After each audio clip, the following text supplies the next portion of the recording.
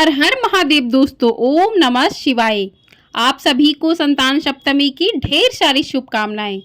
आप सभी पर भगवान भोलेनाथ अपनी कृपा सदैव बनाए रखें। आज की वीडियो में आप जानेंगे साल 2024 में संतान सप्तमी का व्रत कब रखा जाएगा, पूजा का शुभ मुहूर्त क्या रहेगा, पूजा विधि क्या रहेगी, जिनको पुत्री हैं क्या वे ये व्रत रख सकते हैं, डोरा कितने बनाने चाहिए, क्या नया कड़ा लेना चाहिए या उसी कड़े से पूजा करनी चाहिए, व्रत में क्या खाना चाहिए, इन सभी के बारे में जानेंगे। तो आप सभी लोग वीडियो में बने रहिएगा और वीडियो को पूरा ज़रूर देखिएगा। हिंदू धर्म में संतान सप्तमी व्रत का विशेष महत्व है। शास्त्रों में संतान सप्तमी के व्रत का विशेष महत्व बताया गया है। यह व्रत महिलाएं अपने बच्चे की लंबी आयु और उनकी तरक्की के लिए रखती हैं। जिन महिलाओं को संतान की प्राप्ति नहीं है वे संतान की प्राप्ति की इच्छा से इस व्रत को करती हैं। इसके साथ ही इस दिन का व्रत करने से घर परिवार में सुख शांति आती है। संतान सप्तमी के व्रत से संतान को आर्थिक समृद्धि भी मिलती है। इसके साथ ही जीवन की सारी परेशानियों से उन्हें मुक्ति भी मिलती है।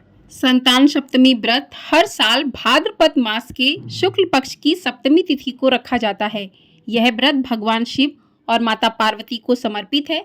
इस दिन भगवान भोलेनाथ और मां पार्वती का पूजन किया जाता है। संतान सप्तमी को मुक्ताभरण और ललिता सप्तमी के नाम से भी जाना जाता है। जो भी महिलाएं इस दिन व्रत रखकर भगवान भोलेनाथ मां पार्वती का पूजन करती हैं, उनकी संतान की रक्षा भगवान भोलेनाथ मां पार्वती करते हैं। जिन महिलाओं को संतान की प्राप्ति नहीं होती वे संतान की इच्छा से इस व्रत को रखती हैं और भगवान भोलेनाथ की पूरे नियम पूर्वक पूजा करती हैं, तो उन्हें अच्छी संतान की प्राप्ति भी होती है। आइए अब जान लेते हैं साल 2024 में संतान सप्तमी का व्रत कब रखा जाएगा। सप्तमी तिथि कब से प्रारंभ होगी? तो सप्तमी तिथि प्रारंभ होगी 9 सितंबर सोमवार रात 9:53 से लेकर और सप्तमी तिथि समाप्त हो जाएगी 10 सितंबर मंगलवार रात्रि 11:11 पर। यानी कि 9 सितंबर की रात में सप्तमी तिथि प्रारंभ होगी 9:53 पे और 10 सितंबर को मंगलवार को रात 11:11 पर सप्तमी तिथि समाप्त हो जाएगी। तो उदया तिथि के अनुसार साल 2024 में संतान सप्तमी व्रत 10 सितंबर दिन मंगलवार को रखा जाएगा और इसी दिन भगवान भोलेनाथ मां पार्वती का पूरे विधिवत पूजन किया जाएगा। आइए अब जानते हैं पूजा के शुभ मुहूर्त के बारे में। तो पूजा का शुभ मुहूर्त जो रहेगा ब्रह्म मुहूर्त सुबह 4:31 से लेकर 5:17 तक। अभिजीत मुहूर्त रहेगा 11:42 से लेकर दोपहर 12:42 तक और विजय मुहूर्त रहेगा दोपहर 2:22 से लेकर 3:11 तक। गोधूली मुहूर्त रहेगा शाम 6:31 से लेकर 6:54 तक। अमृत काल मुहूर्त रहेगा रात्रि 8:48 से लेकर 10:32 तक।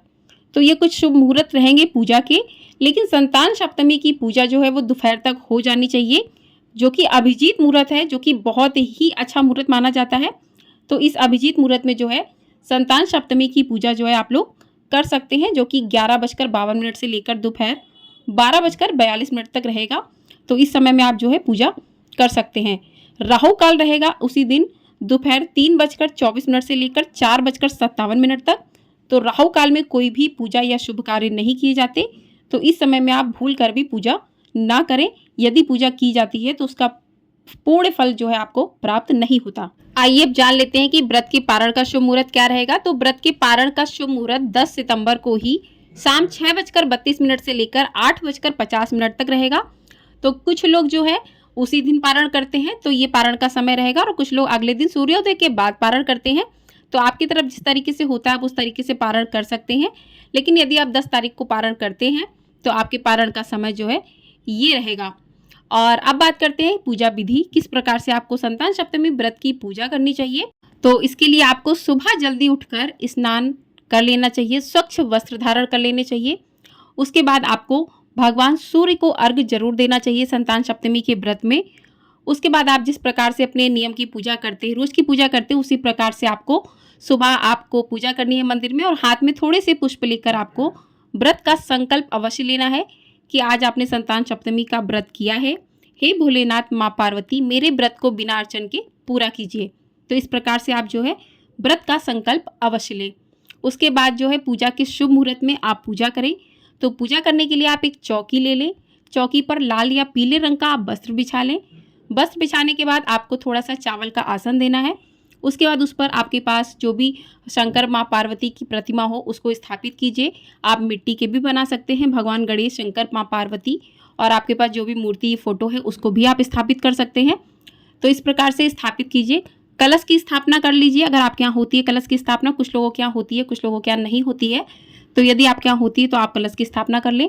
कलश के लिए आपको चावल का नीचे आसन देना, अष्टदल कमल बनाना, उसके बाद लोटे में जल भरना है, उसमें सुपारी, लौंग, इलायची, सिक्का और अशोक के पत्ते इत्यादि, नारियल इत्यादि रखना है। इस प्रकार से कलश की स्थापना करनी है। और उसके बाद आपको भगवान गणेश को जो है पहले भगवान गणेश का पूजन करना है। भगवान गणेश को रोली पहले स्नान करवाना है। भगवान शिव का आपको जो है अभिषेक करना है पंचामृत से।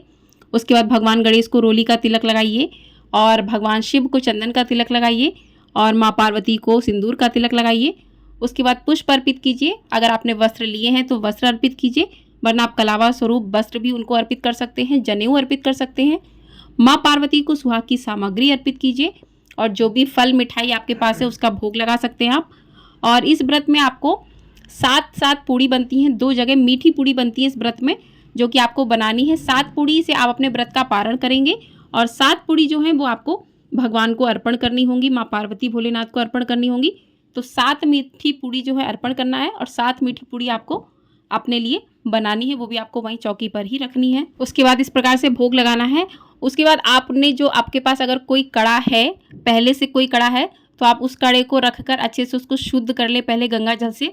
उसके बाद उस कड़े को वहीं पर चौकी पर स्थापित कर दें, उसकी पूजन करें। यदि आपके पास कड़ा नहीं है तो आप सफ़ेद धागा ले सकते हैं, अगर वो भी नहीं है तो आप मौली ले सकते हैं, उसमें 7 गांठें लगा लें और उसे कड़ा रूपी बना के भाई पाटे पर स्थापित कर दें। उसका पूजन करें, रोली, अक्षत, जल अर्पित करें। पूजा जब तक नहीं होती तब तक उस पाटे पर उसको रखा रहने दें। उसके बाद पूजा हो जाए तो उसको आपको अपने हाथ में पहनना है, पूरे दिन आपको उसको पहन के रखना है। और उसके बाद थोड़े से हाथ में पुष्प और अक्षत लेकर आपको व्रत की कथा सुननी चाहिए। तो व्रत की कथा आपको हमारे चैनल पर मिल जाएगी, उसको अवश्य सुनिएगा। और व्रत की कथा सुनने के बाद भगवान भोलेनाथ की आपको आरती करनी है। आरती करने के बाद आपको क्षमा प्रार्थना करनी है कि पूजा में कोई क्षमा हो गई है, गलती हो गई है तो उसे क्षमा कीजिए। तो इस प्रकार से आपकी पूजा जो है संतान सप्तमी की पूर्ण होती है। आइए अब बात करते हैं कि आपके कुछ सवालों के जवाब देते हैं कि आपको कड़ा जो है आपने जो पूजा के लिए बनवाते हैं संतान सप्तमी के लिए, वो हर साल बनवाना चाहिए। तो वो कड़ा आपको हर साल नहीं बनवाना चाहिए। आपके पास जो भी चांदी का या फिर सोने का जो भी कड़ा आपने बनवाया है, उसी में आप थोड़ा सा चांदी या सोना हर साल बढ़वा लीजिए और उसको आपको नया नहीं लेना, उसी को आपको अच्छे से धो के उसको शुद्ध करके पूजा में रख लेना है। यदि आपके पास कड़ा नहीं है तो आप धागे से जो सफ़ेद सूत ले सकते हैं, उससे जो है उसमें 7 गांठें लगा के उससे भी पूजन कर सकते हैं और उसको हाथ में पहन के रह सकते हैं। अब बात करते हैं वो कड़ा आपको कितने दिनों तक पहनना चाहिए। तो उस कड़े को आपको संतान सप्तमी वाले दिन तो पूरे दिन पहनना ही चाहिए और वैसे आप उसको 5-7 दिन बाद निकाल सकते हैं। अनंत चतुर्दशी के दिन या महालक्ष्मी की पूजा से पहले आप उसको निकाल कर अच्छे से कपड़े में बांधकर तिजोरी में रख सकते हैं अच्छे स्थान पर, ताकि अगले साल की पूजा में आप उसको निकाल कर फिर से प्रयोग कर सकें। अब बात करते हैं कि आपको ये व्रत किस तरीके से रखना चाहिए। तो यह व्रत मीठा रखा जाता है, इसमें नमक का प्रयोग नहीं किया जाता।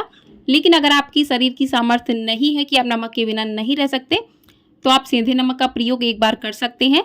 लेकिन इस व्रत की जब तक आपने पूजा नहीं कर ली तब आपको एकदम बिना पिए, बिना जल ग्रहण किए हुए इस व्रत की पूजा करनी है। इस व्रत की पूजा करने के बाद ही आपको जल ग्रहण करना है, फलाहार करना है।